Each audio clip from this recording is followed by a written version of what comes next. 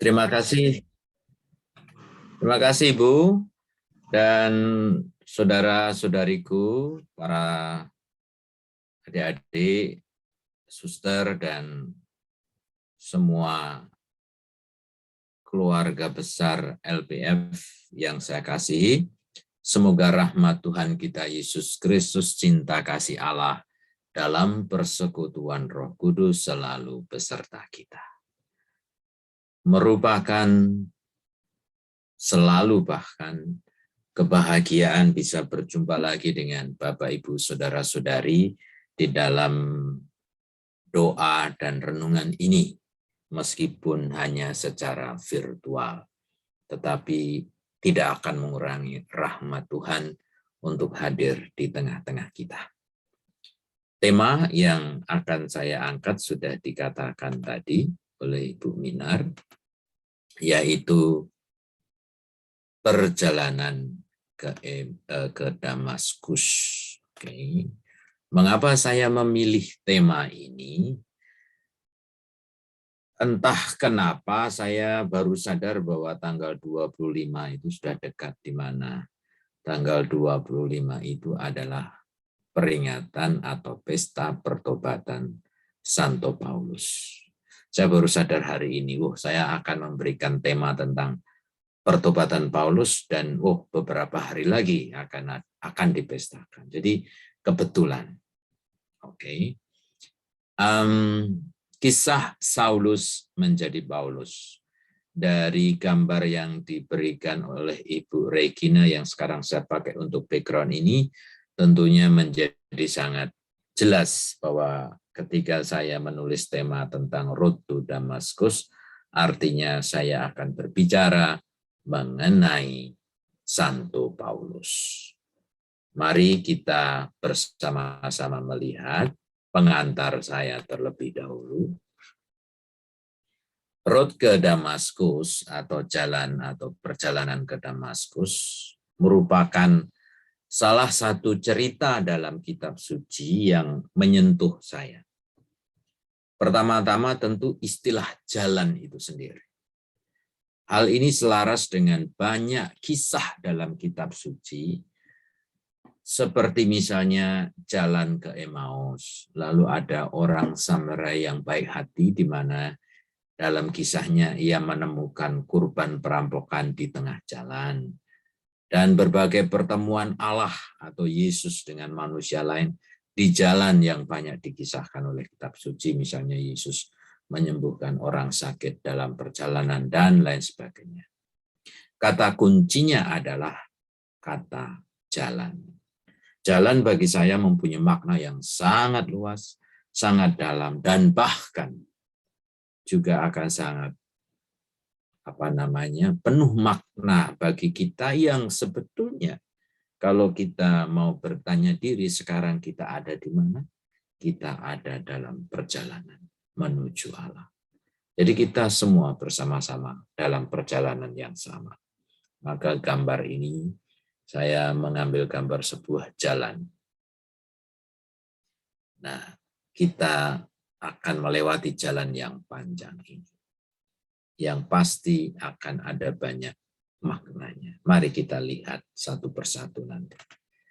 Lalu yang kedua, mengapa saya mengambil tema tentang Paulus? Mungkin saya lupa apakah saya pernah berbicara. Oh iya, saya pikir saya dengan LPF pernah berbicara tentang Santo Petrus, kalau nggak salah waktu itu berbicara dengan judul ketika ayam berkokok 2 kali. Nah, kita sudah berbicara mengenai Santo Petrus. Rasanya tidak lengkap kalau sudah mencoba mengenal Petrus, kita tidak mencoba mengenal Santo Paulus.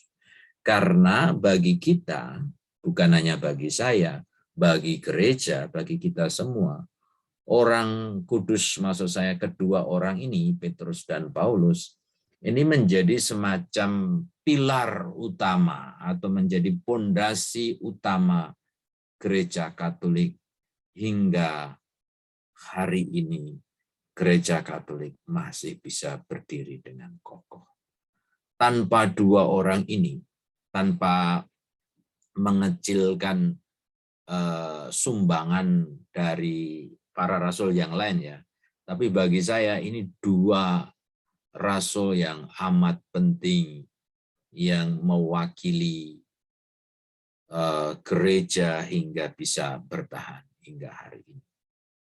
Meskipun, nah ini menarik, meskipun sebetulnya mereka jarang bertemu dalam kehidupan nyata. Bahkan bisa dihitung dengan jari. Ada informasi bahwa mereka itu sebetulnya bertemunya cuma 2 kali. Tetapi Gereja Katolik memiliki pesta mereka pada hari yang sama, yaitu tanggal 29 Juni. Mengapa? Nah, itu adalah hal menarik yang bisa kita renungkan sebagai tambahan nanti. Kalau kita merenungkan Paulus bersama Petrus. Kombinasi kepribadian keduanya yang kadangkala dikatakan bertolak belakang. Tapi justru menjadi soko guru istilah Jawanya, atau jadi penyangga gereja yang sangat kokoh karena justru mereka mempunyai sifat yang berbeda. Nah, sekarang kita mulai masuk dengan kisah Saulus. Bukan pengantar lagi. Seseorang dari Tarsus yang saya maksud adalah Saulus. Pasti saudara-saudari sudah mempelajari bahwa Saulus adalah seorang Farisi di Yerusalem. Setelah penyaliban dan kebangkitan Yesus Kristus dan benih-benih iman Kristiani sudah mulai tumbuh, para rasul mulai keluar, mulai berani memberikan kesaksian, lalu mulai banyak murid untuk menjadi murid untuk beriman terhadap Tuhan kita Yesus Kristus. Tetapi dari pihak penguasa dan juga dari orang-orang Farisi yang dulu-dulunya menyalibkan Yesus seperti kebakaran jenggot. Maka salah satunya adalah Saulus. Jadi Saulus ini bahkan bersumpah untuk menghancurkan kekristenan yang baru saja tumbuh itu. Bahkan dalam Kisah Para Rasul bab 9 ayat 1 dikatakan di situ bahwa Saulus akan memberikan ancaman pembunuhan bagi semua yang mengimani Yesus. Lebih parah lagi, Saulus mendapatkan semacam surat resmi. Jadi membunuh itu diizinkan, kayak apa istilahnya? Oh, darah orang-orang Kristen itu halal. Maka bunuh saja dengan surat, dia diberi kuasa. Maka sebetulnya perjalanan ke Damaskus adalah perjalanan untuk membunuh. Perjalanan ke Damaskus adalah perjalanan membawa pedang untuk menghancurkan. Nah, itu sebetulnya perjalanan penuh darah yang mengerikan. Tetapi nanti kita akan tahu ada sesuatu yang terjadi di tengah jalan.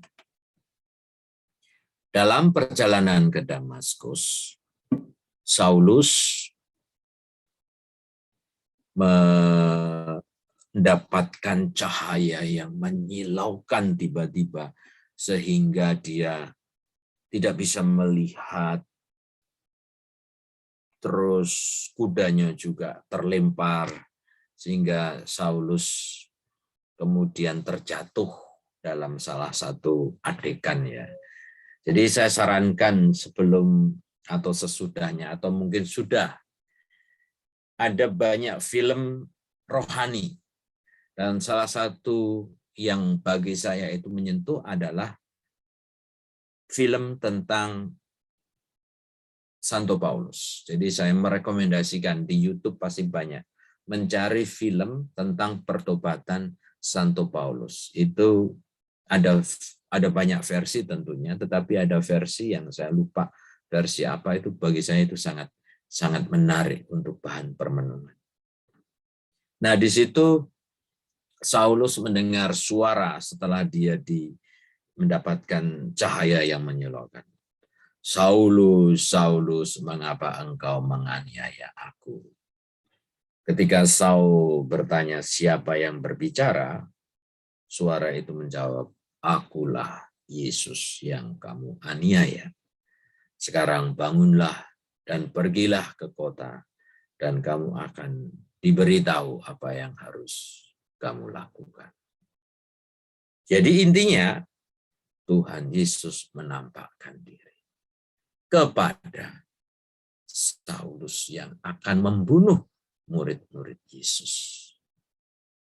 Ini sebuah pengalaman yang luar biasa, bukan hanya bagi Saulus, tapi bagi para murid-muridnya. Salah satu bukti bahwa Yesus sungguh-sungguh membuktikan kata-katanya, bahwa ketika kita mengimani Kristus, I will be with you until the end of the world. Artinya Tuhan Yesus sungguh-sungguh menyertai murid-muridnya dan tidak akan membiarkan murid-muridnya berada dalam situasi yang membahayakan.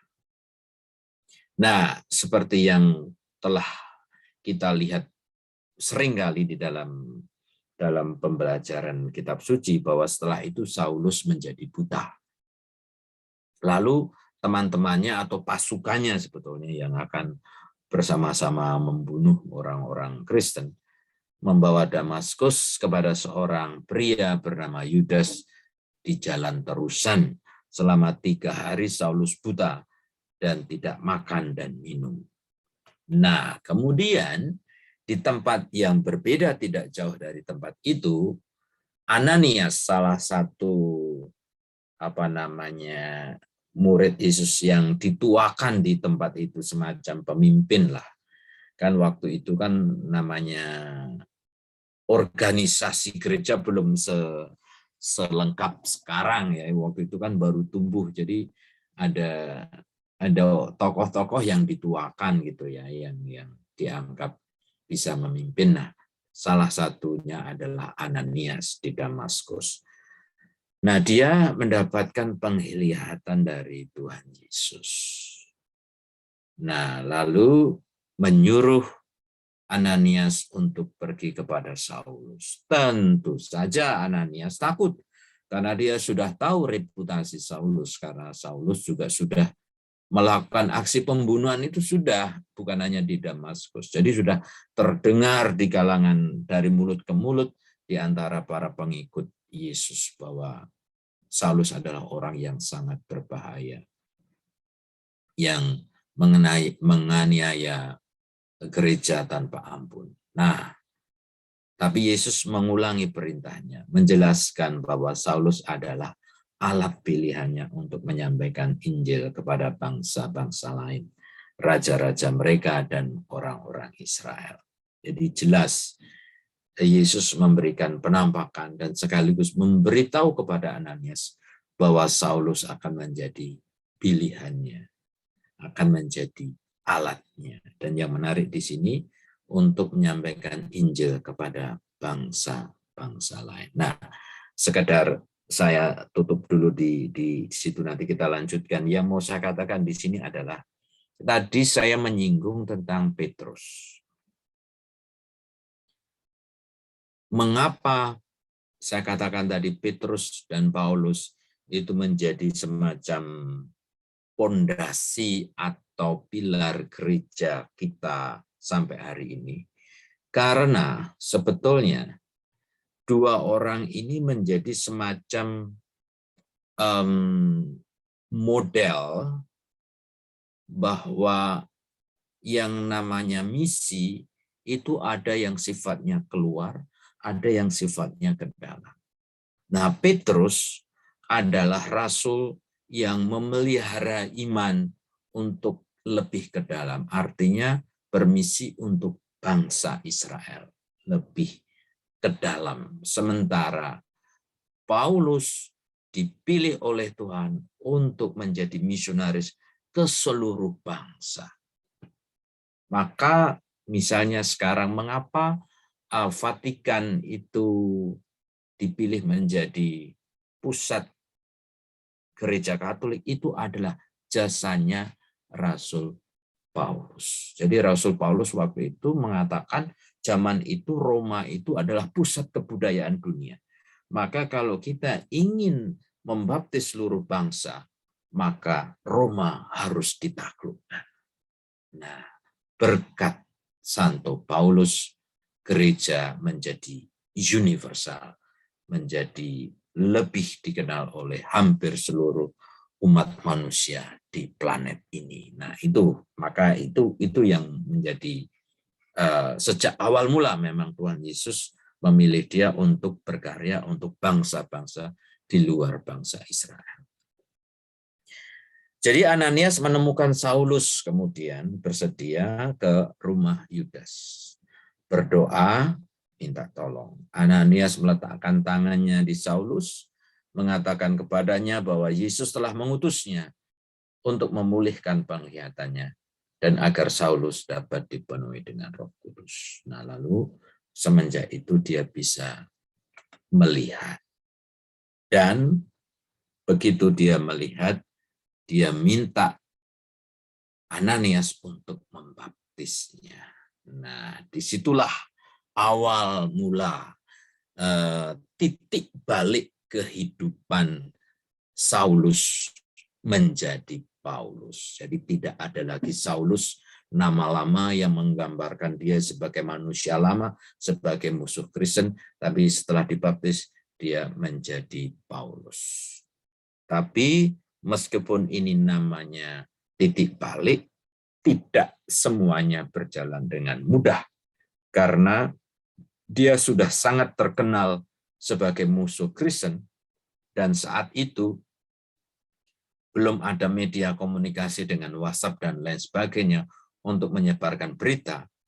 Maka untuk bisa betul-betul Saulus yang sudah menjadi Paulus diterima oleh orang Kristen itu tidak mudah. Dia masih dicurigai, dia masih dihindari oleh para pengikut. Jadi memang betul-betul tidak mudah untuk bertobat karena masih belum dipercaya. Tetapi pelan tapi pasti akhirnya dia menjadi salah satu andalan Tuhan Yesus untuk menjadi rasul yang betul-betul menjadi murid Yesus yang sangat penting dalam perjalanan sejarah gereja. Nah, kemudian setelah dibaptis, Saulus makan untuk mendapatkan kembali kekuatannya karena dia bukan berpuasa waktu itu, dia dengan butanya itu menjadi stres dan nggak bisa makan. Dan tinggal bersama pengikut Yesus di Damaskus 3 hari. Nah, disitulah ada proses pendekatan. Mungkin karena jasa Ananias, akhirnya dia bisa diterima oleh komunitas Kristen. Nah, setelah pertobatannya, dia mengubah nama menjadi Paulus. Nah, sekarang kita lihat latar belakangnya dulu, Paulus ini. Tadi sudah dikatakan Paulus itu orang Farisi, tetapi meskipun orang Farisi, dia bukan orang sembarangan.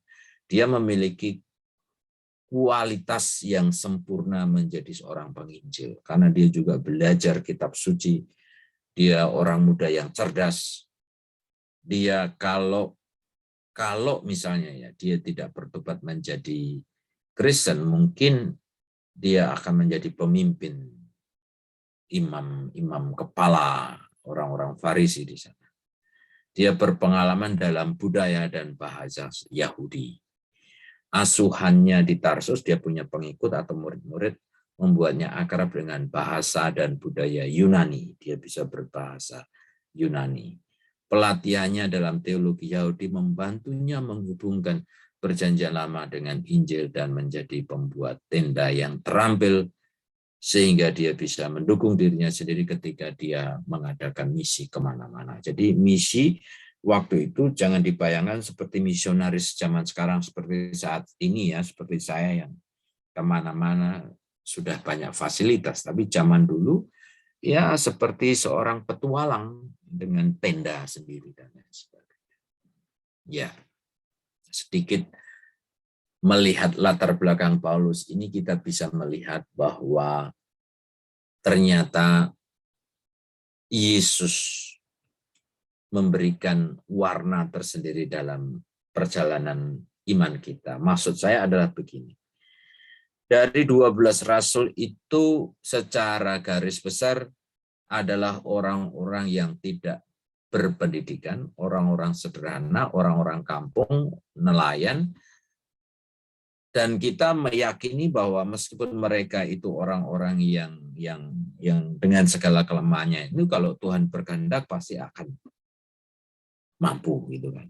Tetapi dalam konteks ini juga bahwa ternyata Tuhan pun juga memilih orang-orang yang punya kualitas secara manusiawi untuk juga dijadikan alatnya. Jadi pembelajarannya adalah juga bagi teman-teman, bagi kita semua yang mempunyai bakat, yang diberi talenta, gunakanlah talenta itu karena pasti kalau kita diberi oleh Tuhan talenta atau bakat atau kehebatan secara manusiawi, pasti maksud Tuhan juga untuk agar dipakai untuk menjadi sarana untuk memuliakan Tuhan.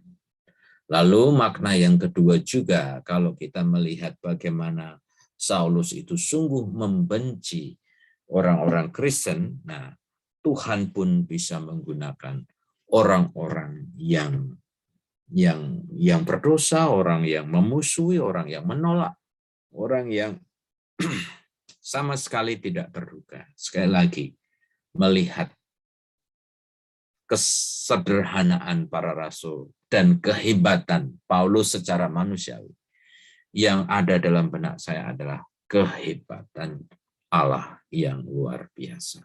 Dia bisa menggunakan siapa saja untuk menjadi sarananya. Nah, seperti yang saya katakan tadi bahwa konsekuensi dipanggil Tuhan itu tidak mudah, itu pula yang dialami oleh Paulus. Hidupnya itu bukan tanpa resiko setelah mengikuti Yesus. Dia menjadi yang paling tekun, disiplin, berani, committed dibandingkan para rasul lainnya. Juga paling cerdas, punya ide yang cemerlang bagaimana mengembangkan gereja. Namun dia pula yang paling menderita. Secara fisik ditolak, dianiaya, dipenjara, dan akhirnya juga menjadi martir seperti kebanyakan para rasul yang lain.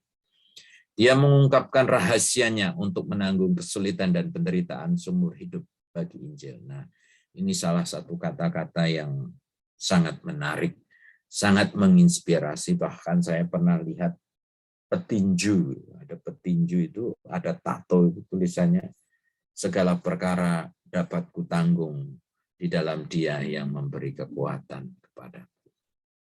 Tentu ini juga menjadi semacam, semoga menjadi semacam inspirasi atau moto bagi kita ketika kita mengalami banyak kesulitan dan penderitaan. Dibandingkan dengan penderitaan Paulus, tentu saya yakin kita belum ada apa-apanya, tetapi kalau Paulus saja yang mengalami penderitaan yang sedemikian dalam bisa mengungkapkan seperti ini, mengapa kita tidak? Segala perkara dapat kutanggung di dalam Dia yang memberi kekuatan kepadaku. Nah, dari kisah tadi kita lihat poin-poin pentingnya. Ya. Ketika Tuhan Yesus membawa seseorang untuk percaya kepadanya, Ia sudah tahu bagaimana Ia ingin menggunakan orang itu untuk melayani kerajaannya. Terkadang orang lambat memahami rencana Tuhan dan bahkan mungkin menolaknya. Nah, ini menjadi pembelajaran yang luar biasa bagi kita. Ada banyak orang-orang hebat di dalam gereja yang rasanya menurut perspektif mereka itu sudah terlambat, tetapi tidak bagi Tuhan. Misalnya, Santo Agustinus juga sudah terlambat, lalu Santo Ignatius, lalu sekarang ini Paulus, semuanya dipanggil pada saat-saat di mana dulu mereka hidupnya sungguh-sungguh bukan hanya menolak Yesus, tapi hidup dalam ketidakpercayaan atau dalam kegelapan. Nah, pertobatan Paulus menunjukkan bahwa Yesus sendiri ingin pesan Injil pergi ke bangsa-bangsa lain. Membatalkan argumen dari orang-orang Yahudi awal bahwa Injil hanya untuk orang-orang Yahudi. Jadi teman-teman, saudara-saudari, meskipun dalam perikop Injil, itu sudah berkali-kali Yesus itu memberikan clue bahwa dia datang itu untuk keselamatan semua bangsa. Seperti misalnya ketika dia datang untuk orang Samaria, ketika berjumpa dengan perempuan Samaria yang saya ceritakan kemarin, Injil itu juga menyatakan bahwa Yesus itu, keselamatan itu mempunyai sifat universal. Tetapi ketika Yesus meninggal dunia dan bangkit, para pengikutnya itu masih yakin bahwa ini hanya untuk orang-orang Yahudi. Maka Pauluslah yang berhasil membuka mata mereka agar Injil harus diwartakan ke seluruh dunia. Dan itu melalui perdebatan dalam film ya, dalam film itu tentu dinyatakan bahwa Paulus itu berdebat dengan para pengikut Yesus, termasuk para rasul yang lain, bahwa kehidupan gereja perdana itu merupakan gambaran gereja yang paling ideal, tetapi bukan berarti rukun-rukun saja. Mereka juga berdebat, berbeda pendapat, berargumentasi, tetapi semangat kesatuannya tetap dipelihara. Nah, itu yang menarik. Nah, selanjutnya, orang-orang yang bersama Saulus tidak melihat Yesus yang bangkit, tetapi Saulus melihat dan mengalami. Maksud saya adalah ketika di jalan itu loh, ketika dalam perjalanan ke Damaskus itu, Saulus kan mendapatkan penampakan Yesus. Tetapi teman-temannya, rombongannya itu tidak melihat apa-apa. Mereka seperti melihat Paulus itu ngomong sendiri, padahal Yesus itu seperti berdialog dengan Yesus. Nah, dari sini yang mau saya katakan, bukan kok kemudian diragukan secara historis apakah betul-betul Yesus itu menampakkan diri kepada Paulus atau tidak, tetapi dari kenyataan itu bagi saya pesan yang utama adalah bahwa Tuhan Yesus menyentuh Paulus secara pribadi. Artinya panggilan iman itu sangat personal. Maka bagi teman-teman menjadi Katolik di mana iman kita itu bukan diatur, tapi sungguh-sungguh disatukan sebagai gereja yang satu, kudus, apostolik dalam kepemimpinan Paus, bukan berarti hidup dan mati kita ikut Paus atau ikut Romo atau ikut uskup. Masing-masing diundang untuk mempunyai pengalaman pribadi. Bagaimana kita berjumpa dengan Tuhan di dalam doa-doa kita. Itu. Jadi betul-betul itu diharapkan. Nah, lalu ketika ini ada istilah sisik yang jatuh dari mata Paulus melambangkan transformasi spiritual yang memungkinkan untuk melihat kebenaran. Nah, jadi ketika dia tiba-tiba dibutakan itu, kemudian disembuhkan oleh Ananias, itu ada istilah sisik yang jatuh, tidak serta-merta melihat, tapi ada seolah-olah sesuatu yang jatuh gitu. Nah, itu disimbolkan seperti dia mendapatkan anugerah Roh Kudus yang mentransformasi sehingga dia bisa melihat kebenaran.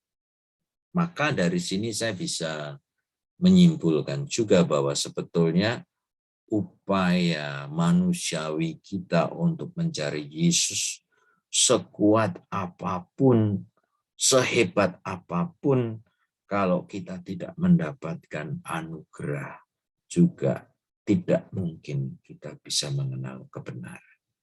Jadi rahmat Tuhan itu juga memegang peranan yang penting bagi iman kita. Maka kalau mohon maaf kalau misalnya ada yang punya teman yang akhirnya pindah agama, ya mungkin dia tidak mendapatkan rahmat itu. Jadi gitu aja. Kita bukan kok menghibur diri, tapi kita harus berdamai dengan kenyataan bahwa hanya mereka yang dipanggil banyak, tapi hanya mereka yang dipilih oleh Tuhan yang akan melihat kebenaran. Oke. Lalu Saulus menyaksikan Kristus yang bangkit, yang memenuhi kualifikasi sebagai rasul. Jadi ini menjawab mengapa kok Paulus menjadi rasul, padahal yang namanya para rasul itu kan ke-12 murid itu yang bersama-sama dengan Yesus.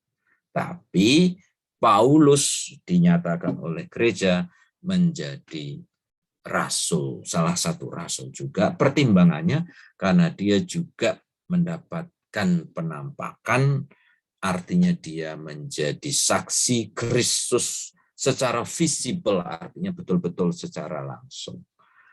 Maka mereka disebut rasul, meskipun hidupnya setelah Yesus meninggal dunia dan kemudian bangkit. Nah, lalu ada beberapa tema utama yang semoga itu menjadi pembelajaran hidup bagi kita. Pertama, Tuhan sering memilih orang-orang yang paling tidak mungkin untuk mencapai kehendak-Nya. Berulang-ulang dalam Alkitab, Tuhan memilih pria dan wanita yang cacat untuk membantu melaksanakan rencana keselamatan. Pelajarannya adalah bahwa kuasa berasal dari Allah.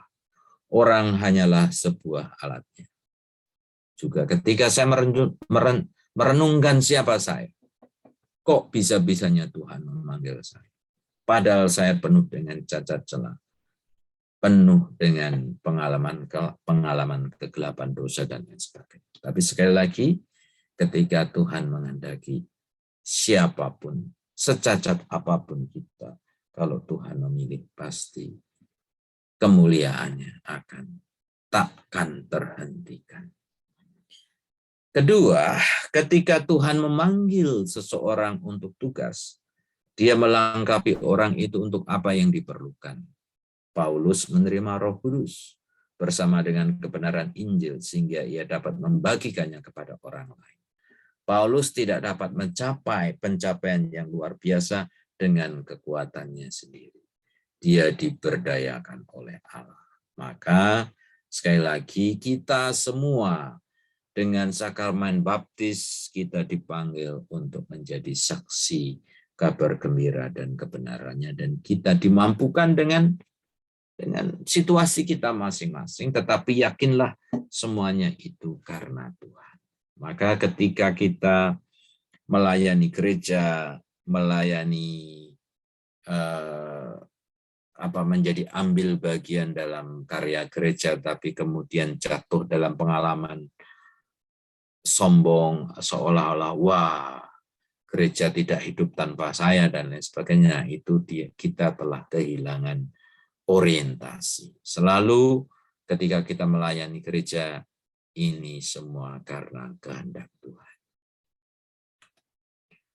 Lalu yang ketiga, dalam satu saat ketakutan, kecemasan, dan penyesalan, Saulus mengerti bahwa Yesus adalah Mesias sejati, dan bahwa Saulus, telah membantu membunuh dan memenjarakan orang-orang yang tidak bersalah. Terlepas dari keyakinan sebelumnya sebagai orang Farisi, dia sekarang tahu kebenaran tentang Tuhan dan berkewajiban untuk mematuhinya.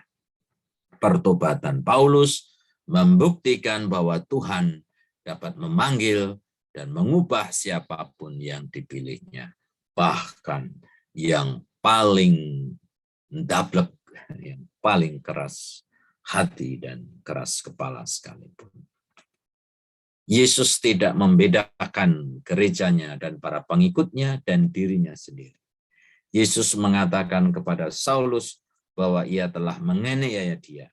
Siapapun yang menganiaya orang Kristen atau gereja Kristen menganiaya Kristus sendiri. Jadi Yesus mempertaruhkan dirinya, tubuhnya, hidupnya di dalam diri kita.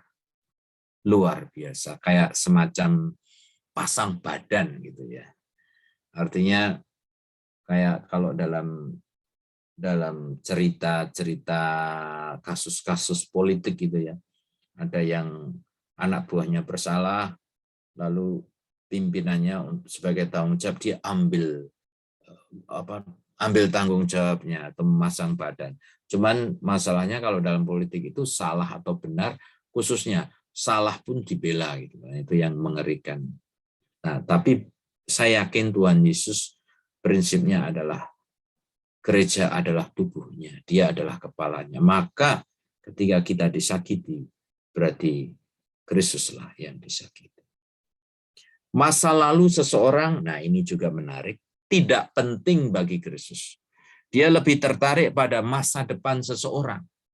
Meskipun Saulus telah menjadi salah satu musuh Yesus yang paling kejam, ia menjadi salah satu teman terdekatnya. Ampunan Allah sudah penuh dan final. Jadi sekali lagi bagi saudara-saudari yang sulit untuk move on atas pengalaman-pengalaman masa lalu, apalagi ini tahun baru, masih tahun baru, masih Januari, mari kita berusaha untuk tidak terbebani oleh pengalaman-pengalaman kegelapan masa lalu, karena kalau kita mau, Tuhan Yesus itu tidak peduli, tidak memperdulikan kebobrokan kita masa lalu. Dia lebih melihat diri kita hari ini, bagaimana kita berusaha untuk menjadi muridnya yang baik, dan juga mendoakan kita supaya kedepannya selalu memperoleh hal yang terbaik.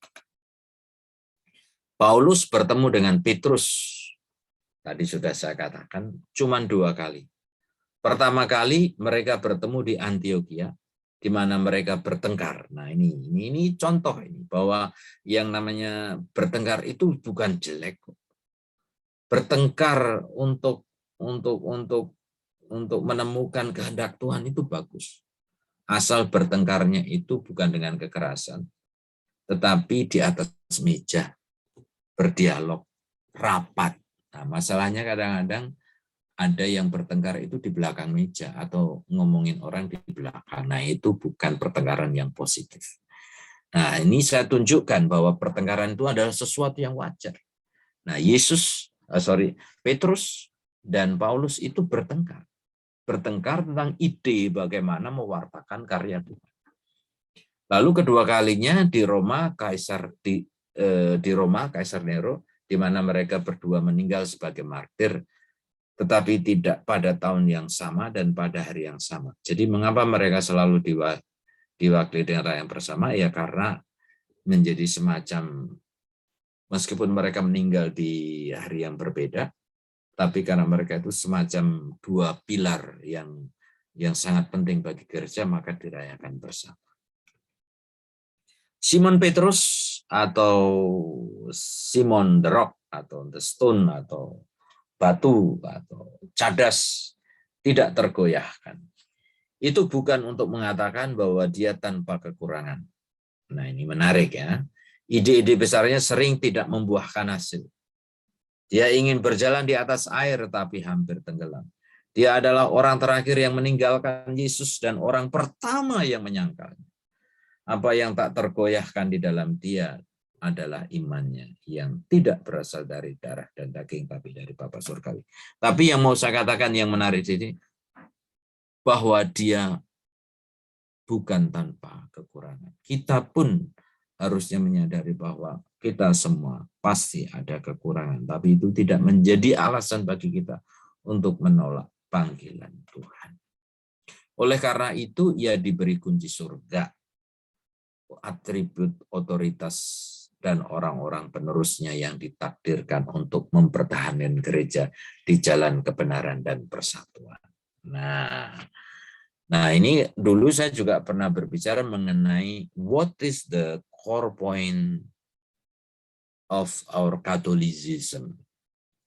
Bagi saya di sini core point-nya itu menjadi orang Katolik itu pokoknya di sini, intinya di sini. Kita itu kan, gereja Katolik itu kan adalah gereja yang melanjutkan iman para rasul. Nah, kuncinya di sini. Gereja di luar gereja Katolik saya tidak tahu, mohon maaf, tetapi poinnya adalah kita adalah mewarisi iman para rasul yang dipercaya menjadi salah satunya adalah kunci surga. Maka ya, yang mau saya katakan, mengapa kita harus mencari gereja yang lain sementara gereja Katolik ya sudah punya jaminan nih istilahnya itu. Punya apa? Orang dalam. Orang dalam nih kalau kita mau meninggal dunia terus kita sampai ke pintu surga lah, Petrus itu kan pemimpin kita. Nah, itu yang menjadi jaminan kita.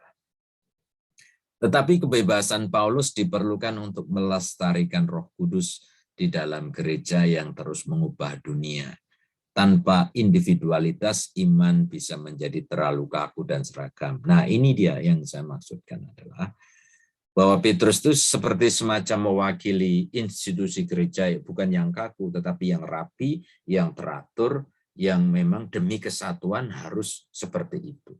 Tetapi Paulus itu menggambarkan bahwa di balik ketaatan kita sebagai gereja Katolik terhadap Paus, kita juga harus terus mendengarkan kehendak Roh Kudus, kemana Roh Kudus akan mengajak kita untuk ikut mengubah dunia. Itu penting.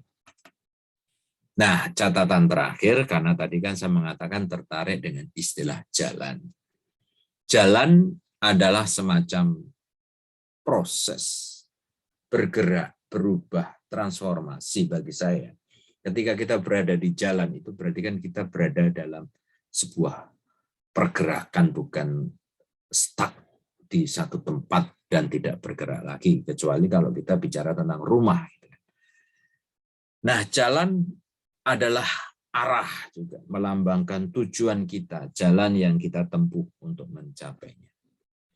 Di jalan berarti kita berada di zona tidak nyaman, penuh resiko. Jika jalan lurus ditandai dengan perjalanan yang lancar dan mulus, itu mungkin merupakan jaminan kita bergerak ke arah yang benar atau menuju Tuhan. Jika ada banyak rintangan dan jalan sangat sulit, pertimbangkan pilihan Anda dan risiko hilang. Maksud saya risiko termasuk risiko untuk mengubah tujuan. Artinya ketika kita di jalan menemukan aneka macam rintangan, ada dua kemungkinan. Kemungkinan pertama adalah mengubah jalan, bukan mengubah jalan itu lalu kita menyerah lalu pindah agama, bukan, tetapi punya kerendahan hati untuk mencari di mana kemungkinan jalan yang lain. Artinya di sini kita diundang untuk fleksibel di dalam hidup kita. Bukan terus nekat, seolah-olah hanya ini, cuman hitam putih, kalau nggak hitam ya putih. Ada banyak sekali kemungkinan-kemungkinan, maka ketika kita berada dalam kebersamaan di dalam gereja, seringkali kita ada pertengkaran atau perbedaan pendapat, itu ada sebuah proses untuk mencari jalan yang tepat kehendak Tuhan. Jalan yang luas dengan pemandangan yang menyenangkan dan sedikit jalan berlubang akan mewakili kemajuan stabil Anda menuju tujuan. Dan ketika melihat kekayaan membangun secara bertahap selama bertahun-tahun. Jalan berliku, sempit dengan banyak gundukan, lubang menunjukkan bahwa kemajuan Anda menuju tujuan Anda akan dipenuhi dengan kesulitan dan kemunduran. Kecuali kita mengubah kondisi tertentu yang ada dalam hidup kita. Ini saya merenungkan tentang jalan. Intinya hidup kita ada dalam perjalanan yang tidak statis, tapi penuh dengan dinamika. Dan kadang-kadang ada banyak lika-liku dalam perjalanan hidup. Nah, kita dalam hal ini pantas Berterima kasih kepada Pak Jokowi yang banyak membuat jalan, infrastruktur, supaya perjalanan menjadi lebih cepat dan lancar. Nah, secara rohani, mari kita membangun juga jalan-jalan supaya jalan-jalan kita menjadi lebih mulus. Pertobatan Paulus.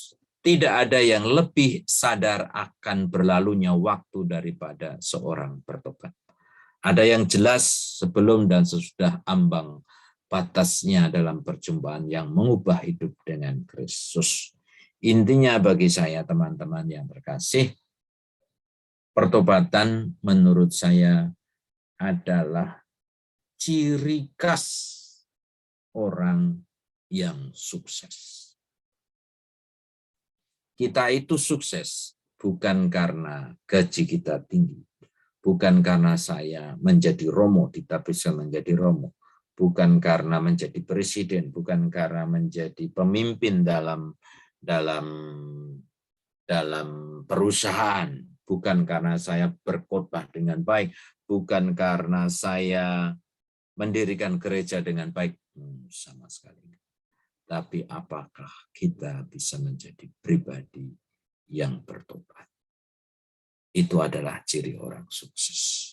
Maka sehebat apapun kita, kalau kita menjadi sombong, seolah-olah kita paling benar, seolah-olah kita yang harus diikuti, itu menandakan bukan kesuksesan hidup.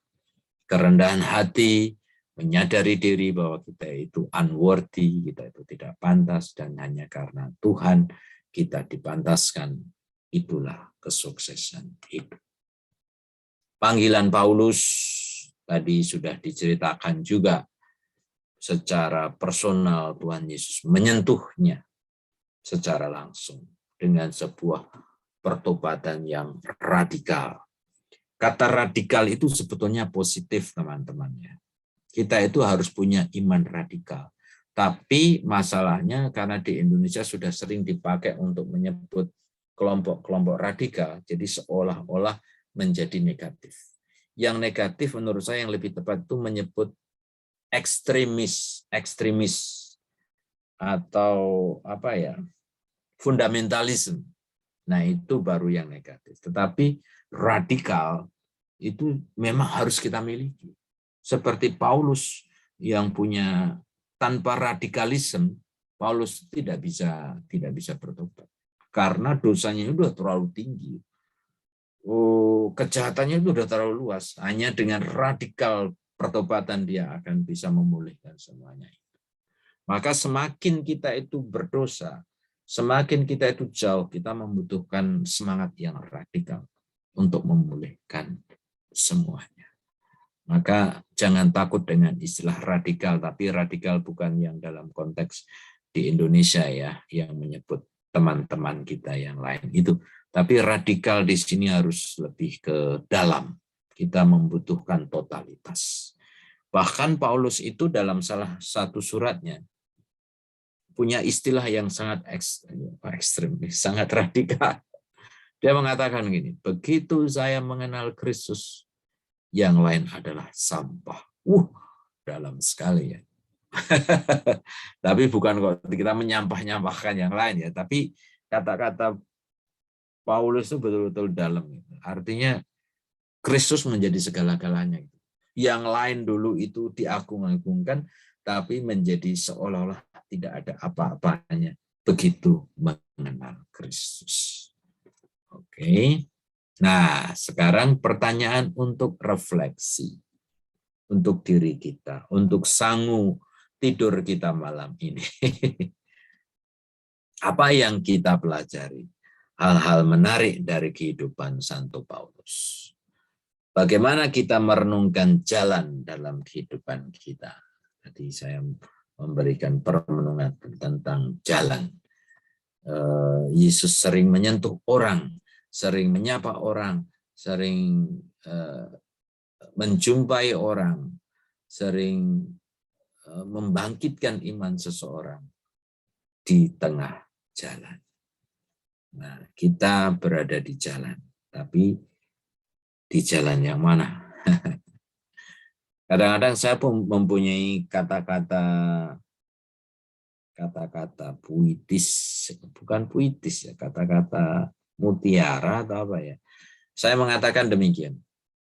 Sebetulnya ini dari kata-kata dari Santo Agustinus. Saya mengatakan, Lord, I do not know where I am, but for sure I know I am in your way. Maksudnya, Tuhan, saya tidak tahu saat ini aku itu ada di mana. Ada di mana. Tapi yang saya tahu, aku yakin aku ada di jalan. Ah, sudah. Kalau sudah di jalan Tuhan itu entah di kilometer berapa kita kehabisan bensin atau mobilnya rusak, jangan khawatir karena itu udah di jalan Tuhan. Tapi kalau di jalan yang nggak jelas, nah itu memang kita perlu hati-hati atau kita perlu untuk cepat-cepat kembali ke jalan Tuhan. Lalu yang ketiga, alasan apa yang membuat kita bertahan menjadi anggota Katolik? Ingat kata-kata tadi yang saya mengatakan core point.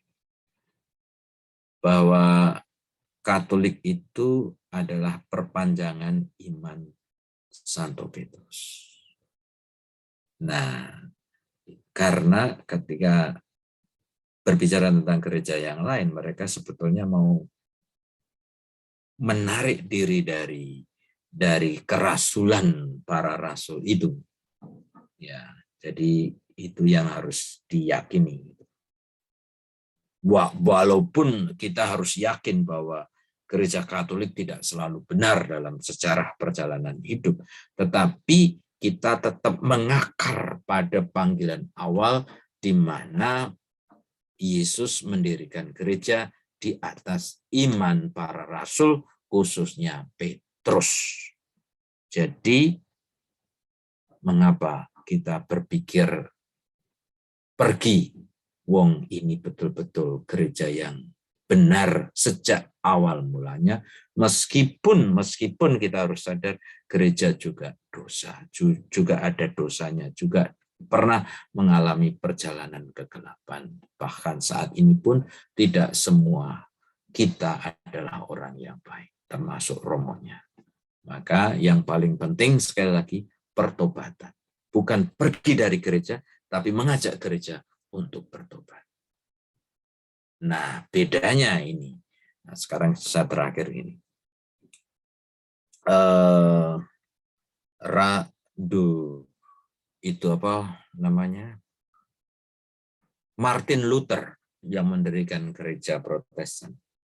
Itu adalah seorang pastor Katolik yang kecewa terhadap gereja dengan segala macam skandal di dalam gereja. Dia orang hebat, orang pintar, yang saya yakin dia juga dianugerahi Roh Kudus untuk akhirnya mendirikan gereja itu. Tetapi intinya yang mau saya katakan adalah dia prihatin, tapi dia keluar lalu mendirikan yang baru. Sementara di dalam gereja ada banyak santo-santa. Santo-santa itu adalah juga orang-orang yang prihatin, orang-orang yang kecewa kok gerejaku mau rubuh. Tapi kemudian mereka mendirikan gereja itu. Mereka memperbaiki gereja itu. Mereka memperbaharui gereja itu. Jadi gereja Katolik itu juga berdinamika. Juga pelan-pelan bertahun-tahun bahkan bukan hanya tahun ya, berabad-abad kemudian diperbaharui. Ya. Jadi meskipun kita terseok-seok, tetapi tetap dengan warisan awal iman Petrus untuk terus bergerak. Demikian permenungan saya tentang Paulus, semoga menginspirasi. Saya tunggu kalau ada pertanyaan atau sharing. Terima kasih, Tuhan memberkati. Amin. Terima kasih, Pastor.